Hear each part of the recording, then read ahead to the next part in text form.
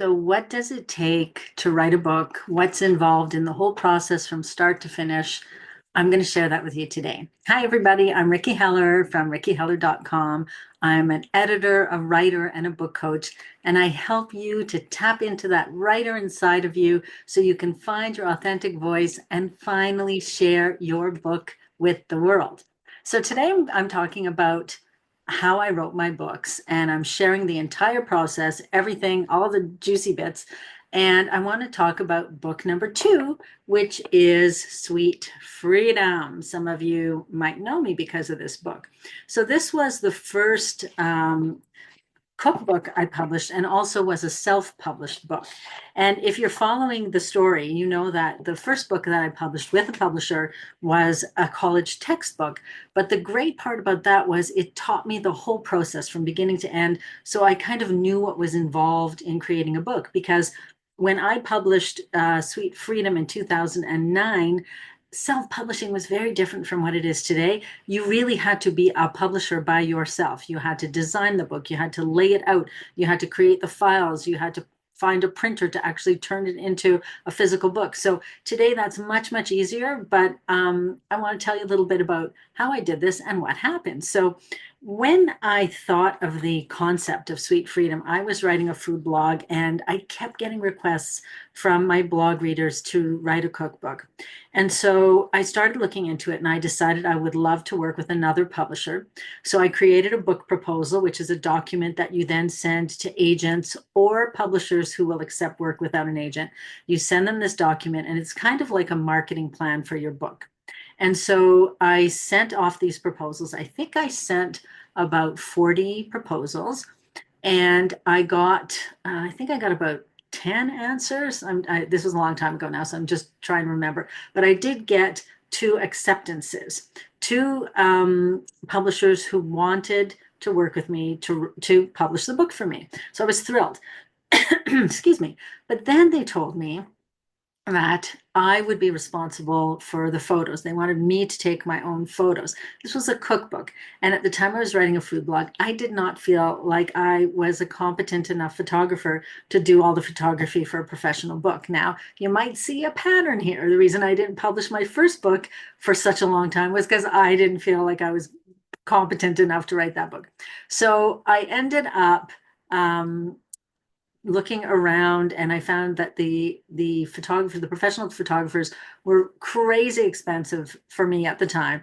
So in the end, I told these two publishers I wasn't going to work with them, and I ended up using my own photos anyway because I could have kept looking for another publisher, but the process is pretty long. Like it can take up to 6 months to hear back from these publishers. That was back then at that time. By now, it could be even longer that it takes for you to hear back from a publisher. So I didn't want to wait that long. So I kind of roped my husband into working with me, and we did the book ourselves. And so this is his cover design. But the irony is, like I said, I didn't want to use my own photos, but I ended up using my own photos. And you can see they're not that professional looking, but you know what? It didn't matter because I had an audience who really wanted this book. So the fact that I knew the whole process, I knew that I needed to do like a developmental edit first and a copy edit and a proofreader and have other people read it, other people test the recipes. I knew all that. So from working with that original publisher, so we were able to do all that. My husband luckily was able to create the entire internal design, the cover design, everything. And we had these files that we sent to a printer and he turned it into a book. And the thing with self-publishing too is there's a minimum number of books you needed to print at that time. So I can't honestly don't remember what it was. I think it was 1,000, something like that. So we started off with 1,000 books in our garage in boxes. And luckily for me, they did all sell. I had a pretty good network. I went around to stores in the city that might be interested. I got stores to carry the book, all different kinds of health food stores. I sold books when I did cooking classes, all kinds of things like that. So in the end, that book sold around 6,000 copies before I got a contract with another publisher for my third book. And 6,000 copies was quite a lot at the time. So, and it's continued to sell since then. But I think what was the biggest boost for me, and this actually occurred after the book was published. Around that time, Ellen DeGeneres was on her talk show, and she was talking about being vegan. And now my book, as you can see, I don't know if it's backwards or not, but it's desserts without wheat, eggs, dairy, or refined sugar. So these are all vegan recipes. And she was talking about being vegan and wanting to go sugar free.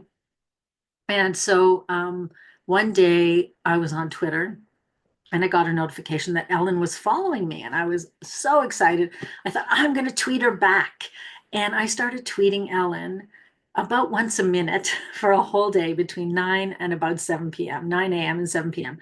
I would run into our den, put the show on the TV, and make jokes about whatever the guest was that day. And I would come back and I would make jokes about wanting her to come and test my goodies or wanting to share my goodies on her show, all these different things.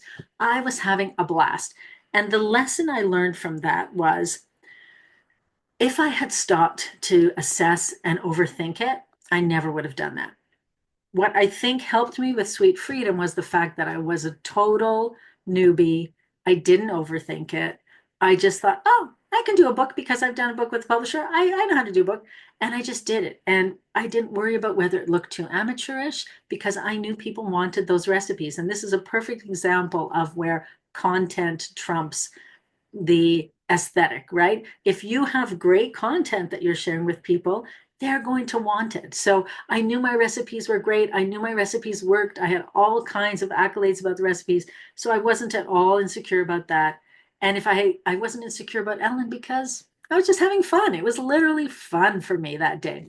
Well, about 2 weeks later, I started getting huge boosts in my blog traffic. And when I went to see who the referrer was, it was Ellen's website. She had checked out my book on her own. I didn't send her a copy or anything. She had checked it out and she recommended it on her website. Woo! Well, you can imagine how excited I was. But I will tell you, just as an aside, it didn't really help me sell books. She didn't actually put a link to my book. She just put an image of my book on her website. But what that did was it gave me a certain visibility and certain credibility that then allowed me to parlay that into another contract for the third book, which was called Naturally Sweet and Gluten Free. I will talk about that next time. But that's how Sweet Freedom came about, first from the demand of my blog readers, and then from just not overthinking it. So there's something to be said for not overthinking your book. And that's what I try to help people do when we work together in coaching. If you are feeling stuck or if you're just feeling you can't even get started, I want to invite you to come and write with me. Write with Ricky sessions happen every Tuesday, 8:30 a.m. Eastern, and they are totally free. And all you need to do is be committed to writing for just about an hour, a little bit less than an hour. We all come in on Zoom, we say hi, we sit down, we write, and then I'm actually offering free editing and feedback after the writing session for those who want it.